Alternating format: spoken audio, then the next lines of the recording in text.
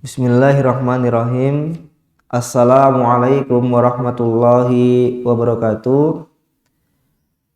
Innal hamdalillah nahmaduhu wa nasta'inuhu wa nastaghfiruh wa na'udzu billahi min shururi anfusina wa sayyiati a'malina. May yahdihillahu fala mudhillalah wa may yudhlil fala hadiyalah. Asyhadu an la ilaha illallah wa asyhadu anna Muhammadan abduhu wa rasuluh la nabiyya ba'dah. Allahumma sholli ala Muhammad wa ala ali Muhammad kama sholaita ala Ibrahim wa ala ali Ibrahim innaka Hamidum Majid. Rabbana fir lana dzunubana wa dzunuba ikhwanina alladzina sabaquna bil iman wa la taj'al fi qulubina ghillan lil ladzina amanu rabbana innaka raufur rahim.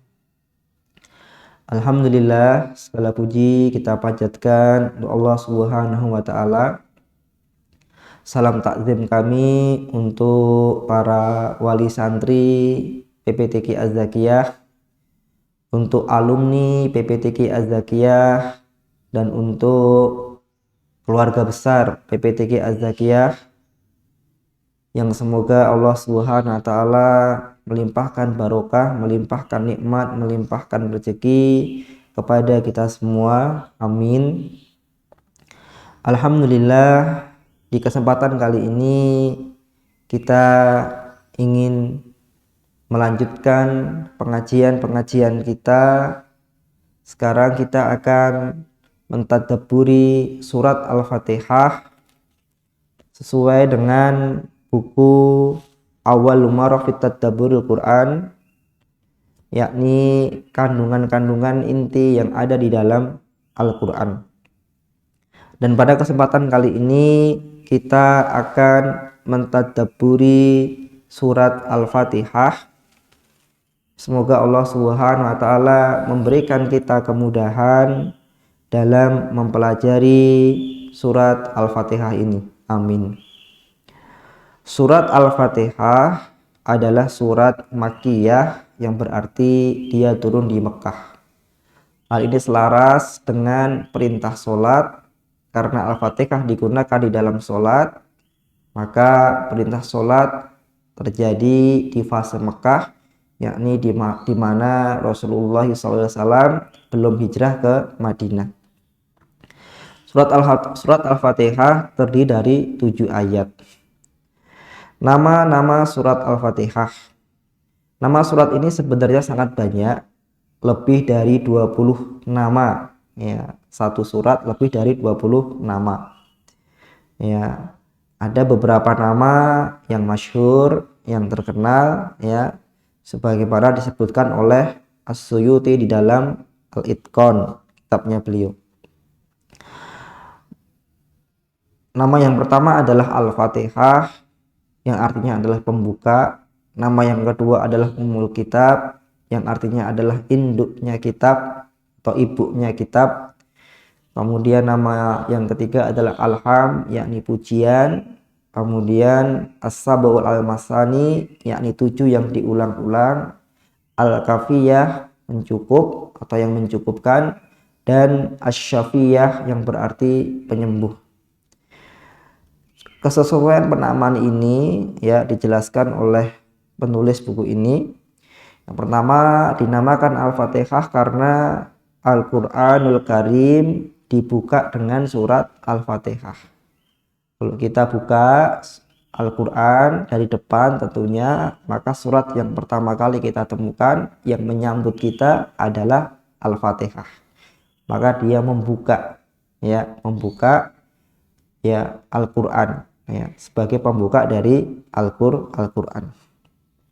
Kemudian dinamakan Ummul Kitab karena kandungan dari surat Al-Fatihah ini mencakup ya seluruh kandungan yang ada di dalam Al-Quran.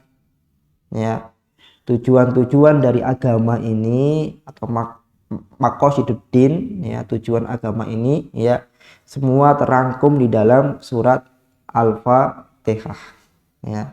Sehingga kalau bahasa kita, kalau diperas itu Al-Quran ya, maka Al-Fatihah ini ya bisa menjadi sarinya dari Al-Quran. Maka dinamakan sebagai Ummul Kitab atau induknya kitab. Kemudian dinamakan alham karena surat ini dimulai dengan alhamdulillahirabbil alamin, ya. Alhamdulillahirabbil alamin. Terlepas dari perbedaan pendapat apakah dimulai dari bismillah atau dari alhamdulillah, tapi dinamakan alham karena surat ini dimulai dengan alhamdulillahirabbil alamin. Kemudian dinamakan as-sab'ul masani, ya, karena Allah Azza wa Jalla yang memberikan nama surat ini di dalam surat Al-Hijr. Jadi Allah menamai surat ini, Al-Fatihah ini dinamai oleh Allah Subhanahu wa taala dengan as-sab'ul masani di dalam surat Al-Hijr. Allah berfirman, A'udzubillahi minasyaitonirrajim. Walaqad atainaka sab'am minal masani wal qur'anal azim. Dan sungguh kami telah berikan kepadamu 7 ayat yang dibaca secara berulang-ulang dan Al-Qur'an yang agung. Maksud 7 ayat yang dibaca secara berulang-ulang ini adalah surat As-Sab'ul Masani atau Al-Fatihah. Kemudian dinamakan surat Al-Kafiyah, ya, atau yang mencukupkan. Karena apa? Karena, ya, ketika surat ini dibaca di dalam sholat dan tidak membaca surat lain, maka ini sudah mencukupkan, ya, sudah mencukupkan. Tapi bukan berarti kemudian kita cukup membaca Al-Fatihah saja, tidak, ya. Membaca Al-Fatihah dan membaca tambahan surat-surat dari Al-Quran atau ayat-ayat dari Al-Quran, ya.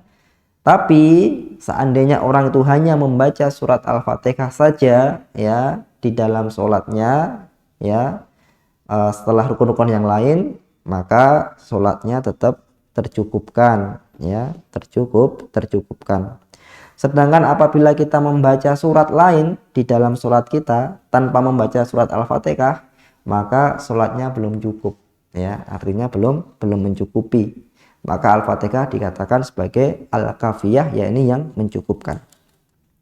Kemudian dinamakan Asy-Syafiyah, ya, Asy-Syafiyah dinamakan Asy-Syafiyah karena surat ini, ya, bisa digunakan sebagai salah satu surah untuk, ya, meruqyah atau untuk menyembuhkan orang yang sakit. Sebagaimana, ya, sabda Rasulullah SAW ketika ada sahabat yang menggunakan Al-Fatihah untuk meruqyah orang yang sakit dan orang tersebut sembuh. Rasul bertanya kepadanya, "Wa ma yudrika annaha ruqyah?" Bagaimana engkau tahu bahwasannya surat ini adalah surat yang bisa digunakan untuk ruqyah, yakni Al-Fatihah, ya. Surat As-Safiyah, surat penyembuh yang bisa memberikan kesembuhan dengan izin Allah Subhanahu wa taala. Keutamaan surat Al-Fatihah, ya. Di sini beliau sebutkan ada 2 keutamaan surat Al-Fatihah. Yang pertama adalah sabda Rasulullah SAW kepada Abu Sa'id bin Mu'allah, ya. Beliau menyampaikan bahwasannya la ulammannaka suratan hiya a'dhamu surah fi Qur'an alhamdulillahirabbil alamin ya sab'u masani wal Qur'anul azim alladzi utituhu. Sungguh aku mengajarkan kepadamu satu surah yang paling agung di antara surah-surah dalam Al-Qur'an. Alhamdulillahirabbil alamin, itulah as-sab'ul masani dan Al-Qur'an agung yang diberikan kepadaku, ya. Masya Allah. Ini disampaikan beliau bahwasannya surat Al-Fatihah adalah surat yang paling agung di dalam Al-Qur'an, ya. Surat yang paling besar, surat yang paling agung, surat yang paling utama di dalam Al-Qur'an. Kemudian yang kedua, surat Al-Fatihah adalah surat yang kandungannya hanya diberikan, ya, kepada umat Islam, kepada umatnya Rasulullah SAW, dan tidak diberikan kepada umat-umat sebelumnya. Sebagaimana Rasul bersabda, walladzi nafsi biyadih ma unzila fit Taurah wala fil Injil wala fil Zabur wala fil Furqanil misluha wa innaha sab'u minal masani wala Qur'anul azim alladzi u'tituhu. Demi zat yang jiwaku berada di tangannya, tidak diturunkan dalam Taurat, Injil, Zabur, dan tidak diturunkan dalam Al-Furqan, Al-Quran, surah yang semisal dengan surah Al-Fatihah. Sungguh ini adalah 7 dari Al-Masani, 7 yang diulang-ulang, dan Al-Quran yang agung yang diberikan kepadaku. Masya Allah. Ya. Ini merupakan keutamaan surat Al-Fatihah. Ya. Beberapa intisari dari surat Al-Fatihah, kandungan yang ada di dalam surat Al-Fatihah. Yang pertama, surat Al-Fatihah diawali dengan kata alhamdu, yakni pujian. Allah Subhanahu wa taala mengawalinya dengan memberikan anugerah dan karunia kepada para hambanya dan makhluknya sebelum mereka meminta kepadanya.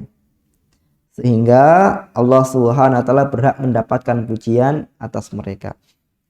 Diletakkan di depan alhamdulillahirabbil alamin, yang setelah ayat ini nanti banyak doa-doa, ya. Iyyaka na'budu wa iyyaka nasta'in dan lain sebagainya. Ya, kenapa diletakkan pujian ini? Karena Allah Subhanahu wa taala itu telah memberikan sesuatu kepada kita yang sangat banyak, nikmat dunia, zahir wa batin, meskipun kita tidak minta. Ya. Contohnya, mohon maaf, siapa di antara para wali santri, ya, atau alumni yang minta untuk hidup? Ya. Tidak ada satupun di antara kita yang minta untuk hidup, tapi Allah Subhanahu wa taala memberikan kehidupan kepada kita. Ya. Ya, memberikan kehidupan kepada kita. Ya. Nah, ini bukti bahwasanya apa? Allah memberikan sesuatu yang sangat besar kepada kita tanpa kita minta. Karenanya kita layak untuk kemudian memuji Allah Subhanahu wa taala sebelum kita meminta kepada Allah Subhanahu wa taala. Kemudian Allah juga mengingatkan kepada kita untuk kemudian memperbanyak pujian kepadanya, ya. Karena Allah Subhanahu wa taala adalah Rabb yang mencintai pujian dari hamba-hambanya, ya. Kemudian yang kedua, intisari dari surat Al-Fatihah adalah surah Al-Fatihah menyebutkan 2 amalan yang paling penting di antara amalan-amalan hati. Ada 2 amalan hati yang paling penting yang ada dalam surat Al-Fatihah. Yang pertama adalah ikhlas kepada Allah Subhanahu wa taala, ya. Dalam ayat iyyaka na'budu, ya, mohon maaf, dalam ayat iyyaka na'budu, hanya kepadamu lah kami menyembah, ya. Hanya kepada Engkaulah kami menyembah, dan amalan tawakal, ya. Iyyaka nasta'in, hanya kepadamu lah kami mohon pertolongan. 2 amalan hati ini amalan yang sangat penting, ya.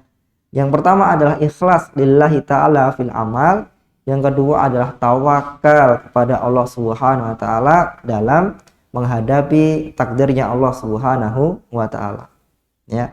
Dan 2 ini termasuk pokok dalam amalan-amalan hati kita. Kemudian yang ketiga, surat Al-Fatihah menyebutkan pentingnya persahabatan yang baik dan keteladanan. Tersirat di dalam surah ayat yang ke-7. Siratal ladzina an'amtu 'alaihim. Siratal ladzina an'amta 'alaihim, yaitu orang yang telah Engkau beri nikmat kepadanya. Maksudnya apa? Orang-orang yang terdahulu atau orang lain yang Allah Subhanahu wa taala berikan nikmat kepadanya. Maka kita layak untuk kemudian menyambung persahabatan, mengambil keteladanan dari orang-orang yang telah mendahului kita, ya, di dalam kebaikan, di dalam amal soleh yang dengannya Allah Subhanahu wa taala memberikan nikmat yang banyak, ya. Makanya di surat Al-Fatihah ini mengajarkan kita untuk menjalin persahabatan dan mengambil keteladanan yang baik dari orang-orang yang telah mendapatkan nikmat dari Allah Subhanahu wa taala. Kemudian kandungan yang keempat, isyarat akan pentingnya persatuan umat. Ya, ini ada isyarat di dalam surat Al-Fatihah ini tentang pentingnya persatuan umat. Sebab kalimat di dalam ayat iyyaka na'budu wa iyyaka nasta'in ini kalimat yang digunakan memakai susunan kalimat dengan kata plural atau jamak, bukan mufrad atau tunggal.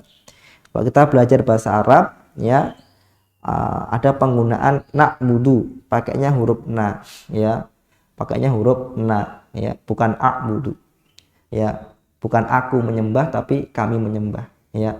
Kata jamak di sini sebenarnya isyarat bahwasanya Allah Subhanahu wa taala menghendaki kita untuk menyembah secara bareng-bareng berjamaah dalam persatuan ukhuwah Islamiyah, dan untuk kemudian meminta tolong kepada Allah di dalam, ya, keberjamahan atau dalam persatuan Islam, ya.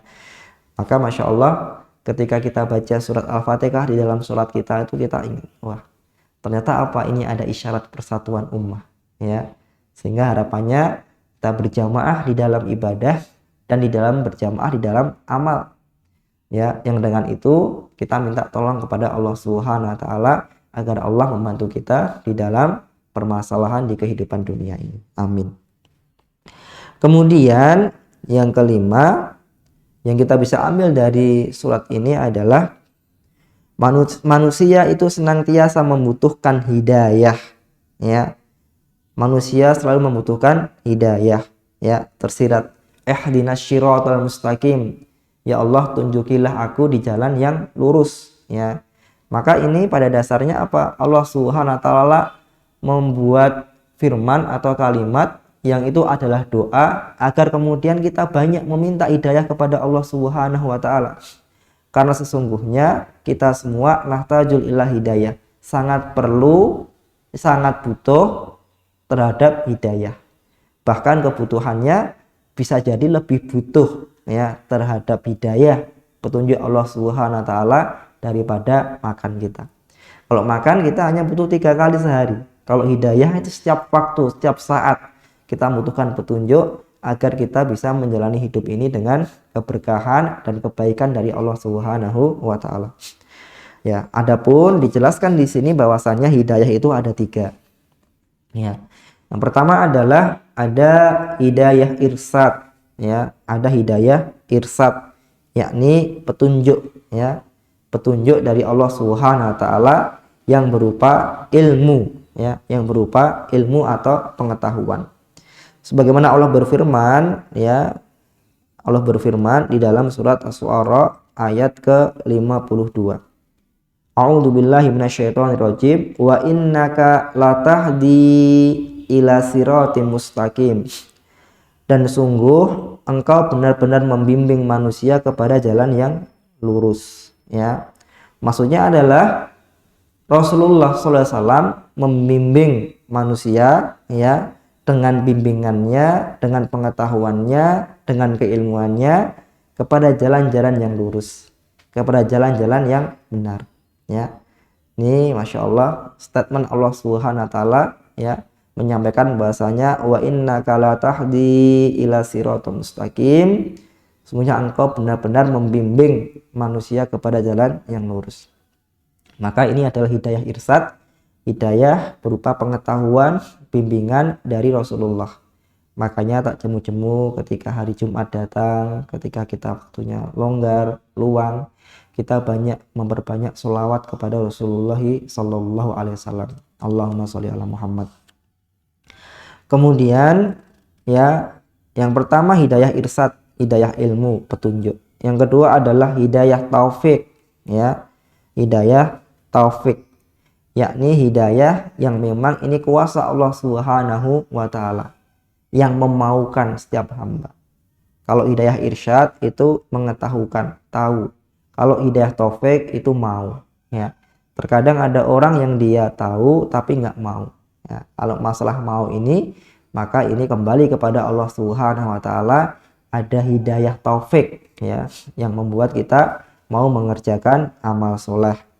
Sebagaimana Allah berfirman di dalam surat Al-Qasas ayat 56, A'udzu billahi minasyaitonir rajim. innaka la tahdi man ahbaita walakinallaha yahdi man yasha wa huwa a'lamu bil muhtadin. Sungguh engkau Muhammad tidak dapat memberi petunjuk kepada orang yang engkau kasihi, tetapi Allah memberi petunjuk kepada orang yang Dia kehendaki, dan Dia lebih mengetahui orang-orang yang mau menerima petunjuk. Maksudnya adalah Nabi itu tidak bisa memberikan hidayah kepada manusia. Hidayah taufik maksudnya di sini. Tetapi hanya Allah lah yang memberikan taufik kepada mereka sehingga mereka menerima kebenaran hidayah dari Allah Subhanahu wa taala. Ya. Banyak kita lihat sirah nabawiyah, tidak semua ya keluarganya Nabi ya masuk ke dalam Islam, ya. Pamannya saja yang memiliki kedekatan akliyah, dekat pikirannya, kedekatan qulubiyah, dekat hatinya, ya, dekat perasaannya, lawang dibimbing, dibina, ya, dari usia remaja sampai menikah, berarti kan dekat. Tapi kedekatan ini tidak menjamin, ya, hidayah taufik, ya, hidayah mau untuk memeluk Islam, hidayah mau untuk beramal soleh. Kenapa? Karena hidayah taufik ini mutlak milik Allah Subhanahu wa taala. Karenanya untuk wali santri dan kita semua selaku pengajar di pesantren, ya, kita banyak memohon kepada Allah Subhanahu wa taala, banyak berdoa, tirakat, puasa dan lain sebagainya agar ilmu-ilmu yang kita berikan kepada santri-santri yang berupa petunjuk irsyad ini ya diberikan kuasa, diberikan hidayah, diberikan taufik oleh Allah Subhanahu wa taala sehingga santri-santri bisa mengerjakan apa yang kita sampaikan kepada mereka. Allahumma amin. Kemudian yang berikutnya adalah hidayah tsabit. Ada hidayah irsyad, ada hidayah taufik, dan ada hidayah sabit.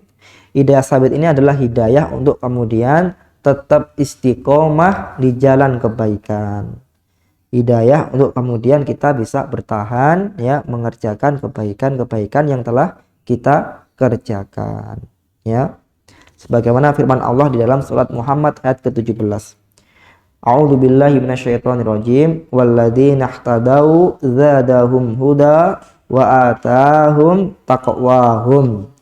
Dan sungguh orang-orang yang mendapatkan petunjuk, Allah menambahkan petunjuk kepada mereka dan menganugerahkan ketakwaan kepada mereka.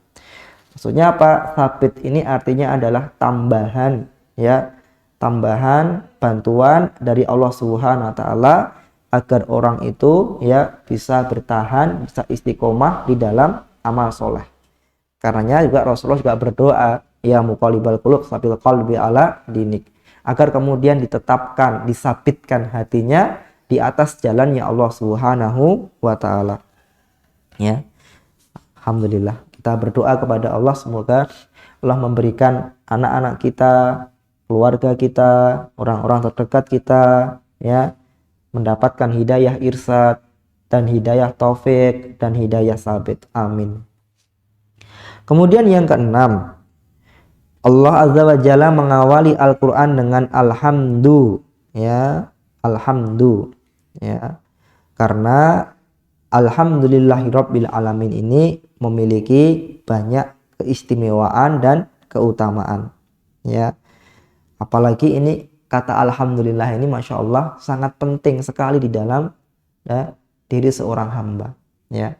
Hamba-hamba yang bersyukur, ini hamba-hamba yang kemudian mengucapkan alhamdulillah, ya, alhamdulillah. Ada beberapa hal ini yang menunjukkan pentingnya kata alhamdulillah.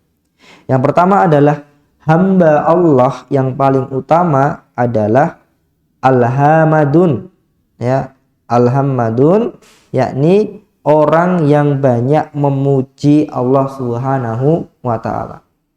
Maka dia adalah seorang hamba yang utama, hamba yang kemudian banyak memuji Allah Subhanahu wa taala. Alhamadun, ya, dalam nikmat, ya, dia bersyukur kepada Allah Subhanahu wa taala. Alhamdulillah, alhamdulillah, alhamdulillah, bil lisan, bil fikr, bil qalbi. Hatinya menerima pemberian Allah Subhanahu wa taala. Ya, bahkan di dalam kondisi yang tidak mengenakan, di dalam kondisi yang ujian, cobaan, ya, lisannya mengucapkan alhamdulillah, ya. Ini sulit, ya, sulit, ya, dipraktekkan, gampang dimudahkan, maka kita juga berdoa biar kita dimudahkan mengamalkannya, ya. Dan masya Allah sering kita dapatkan, ya, beberapa kiai, ya, saya terkesan sekali dengan kiai di Rembang yang dia bikin pondok besar dan pondoknya ini tidak ada namanya, ya. Tapi kiainya ini selalu mengucapkan alhamdulillah, ya, alhamdulillah, alhamdulillah, alhamdulillah ketika bertemu dengan orang, ya. Sampai akhirnya ada seorang menteri yang datang ke pesantren ini, kemudian karena nggak ada namanya, pesantren ini diberi nama oleh Pak Menteri ini dengan pesantren Alhamdulillah, ya. Kenapa? Karena dengan keberkahan orang-orang yang selalu bersyukurlah pesantren tersebut bisa besar, ya. Maka hamba yang utama di sisi Allah adalah hamba yang banyak bersyukur kepada Allah Subhanahu wa taala, banyak mengucapkan alhamdulillahirabbil alamin, memuji Allah Subhanahu wa taala. Kemudian yang kedua, ya, doa yang paling utama adalah alhamdulillah, segala puji, ya, bagi Allah Subhanahu wa taala, ya. Ini kalau ada hadis itu tentang zikir yang utama adalah la ilaha illallah, dan doa yang utama adalah alhamdulillahirabbil alamin. Jadi ucapan alhamdulillahirabbil alamin ini bagian dari doa, ya, doa kepada Allah Subhanahu wa taala, ya. Cukuplah kemudian ketika kita mau berdoa, ya, kita awali dulu dengan doa apa? Alhamdulillahirabbil alamin, ya. Kemudian yang ketiga, ya, pentingnya kata alhamdulillah ini adalah perkataan yang paling dicintai oleh Allah Subhanahu wa taala, ya, adalah subhanallah wa bihamdi, ya. Dalam hadis kan ini ada subhanallah wa bihamdi, ya. Ucapan maha suci Allah, ya, dan baginya puji-pujian, ya. Kemudian yang keempat, kata alhamdu, pujian, adalah sebab menjadi langgengnya atau kekalnya kenikmatan pada hamba dan ditambahkannya kenikmatan padanya, ya. Maka pujian ini adalah, ya, sebab, ya, asbab yang membuat kenikmatan yang Allah berikan kepada kita menjadi langgeng, ya. Karenanya kalau kita memiliki sesuatu yang itu merupakan nikmat Allah, kita syukuri, ya, kita ucapkan alhamdulillah, ya, kita syukuri dalam hati, ya, kita lapangkan dalam pikiran kita sadari, dan kemudian kita ucapkan dalam lisan alhamdulillahirabbil alamin, ya. Semoga Allah Subhanahu wa taala menjadikan nikmat ini menjadi nikmat yang tawil, panjang, nikmat yang tulu'ul zaman, yang bisa panjang zamannya, ya. Dan masya Allah kita melihat kadang-kadang ada orang punya nikmat kok bisa awet lama, dan kadang ada orang yang punya nikmat, ya, kadang nikmatnya hanya sehari, 2 hari, 3 hari, sebulan, setahun, ya. Makanya kita harus pintar-pintar mensyukuri apa yang menjadi nikmat Allah yang Allah berikan kepada kita agar langgeng, ya, awet nikmat yang diberikan Allah kepada kita, ya. Jamaah sekalian, kita lanjutkan, ya. Ini yang ketujuh, ya, kandungan dari surat Al-Fatihah. Ayat iyyaka na'budu wa iyyaka nasta'in, hanya kepada Engkaulah kami menyembah dan hanya kepada Engkaulah kami mohon pertolongan, ya. Allah Subhanahu wa taala, ya, mendahulukan kata ibadah atas isti'anah, ya. Allah mendahulukan na'budu baru kemudian nasta'in, ya. Ini secara susunan kalimat, ya. Pasti ada sesuatu pelajaran, tidak mungkin, ya. Al-Qur'an, kitab barokah, kitab ilmu, pasti ada maksudnya. Dan menurut beliau di sini dijelaskan bahwasannya apa, ya, ibadah itu adalah wasilah untuk melakukan isti'anah atau memohon pertolongan, ya. Ibadah itu adalah wasilah. Artinya apa? Orang kalau minta tolong kepada Allah Subhanahu wa taala, ya, wasilahnya adalah dengan ibadah. Maka ibadahlah kepada Allah Subhanahu wa taala baru kemudian minta tolong. hal demikian lebih pantas, lebih pas, ya. Ya, kenapa? Karena ibadah ini menjadi pengantar, muqaddimahnya, wasilahnya sebelum kemudian kita minta tolong kepada Allah Subhanahu wa taala. Ya. Kita bisa lihat ya bagaimana kemudian orang-orang yang ditolong oleh Allah Subhanahu wa taala sebabnya karena amalan-amalan ibadah. Ada yang ditolong oleh Allah karena sholatnya, ada yang ditolong oleh Allah karena sedekahnya, ada yang ditolong oleh Allah karena amalan-amalan yang dia berikan kepada orang lain. Ya, bisa berupa bantuan, bisa berupa kemudahan dan lain sebagainya. Ya, maka sudah semestinya kita minta tolong kepada Allah Subhanahu wa taala, ya, kita dahului dengan ibadah. Dan insya Allah ya orang yang kemudian beribadah dengan sungguh-sungguh kepada Allah, maka peluang ditolong oleh Allah semakin besar, ya. Amin. Kemudian berikutnya yang nomor 8, hubungan surat Al-Fatihah dengan surat Al-Baqarah, ya. Setelah surat Al-Fatihah, kemudian berikutnya kan surat Al-Baqarah. Apa hubungan di antara dua surat ini? Ya. Yang pertama, ya. Yang pertama, di dalam surat Al-Fatihah ada ayat ihdinas siratal mustaqim, ya. Tunjukilah kami jalan yang lurus. Ayat ini terkait dengan permulaan ayat di dalam surat Al-Baqarah. Apa? Dalam Al-Baqarah ayat kedua, ya. Hudal lil muttaqin, petunjuk bagi orang-orang yang bertakwa, ya. Dalikal kitab la raiba hudal lil muttaqin, ya. Ini adalah kitab yang tidak ada keraguannya, yang merupakan petunjuk bagi orang yang bertakwa, ya. Jadi ini ada kaitannya. Bahasanya apa? Siratal mustaqim itu jalan yang lurus itu, ya, petunjuknya ada di dalam Al-Qur'an, kitab, ya, yang disebutkan di dalam surat Al-Baqarah, ya. Kemudian di dalam surat Al-Fatihah juga ada kalimat ghairil maghdubi alaihim, yakni bukan jalannya orang-orang yang engkau murkai, ya. Para ulama menjelaskan yang dimaksud di sini adalah orang-orang yang maghdub alaihim adalah orang-orang Yahudi, ya, orang-orang Yahudi. Maka setelah ayat ini muncullah surat Al-Baqarah yang di dalamnya banyak membahas tentang, ya, orang-orang Yahudi, kisah-kisah orang Yahudi, ya, dengan nabinya. Kemudian, ya, di dalam Al-Fatihah juga ada ad-dhalin, ya, ad-dhalin, ya, ini adalah mereka yang sesat, ya, mereka yang sesat, ya, yakni mereka adalah orang-orang, ya, yang sesat. Menurut para ulama yang dimaksud di sini adalah orang-orang, ya, Nasrani, ya. Kemudian datanglah surat Ali Imran yang kemudian mendetailkan keadaan-keadaan mereka terhadap Allah Subhanahu wa taala. Surat Ali Imran yang banyak membahas orang-orang yang zalim tadi, orang-orang yang tersesat, ya. Masya Allah. Maka kita berlindung, ya, pada Allah Subhanahu wa taala dari dimurkai dan dari kesesatan. Amin.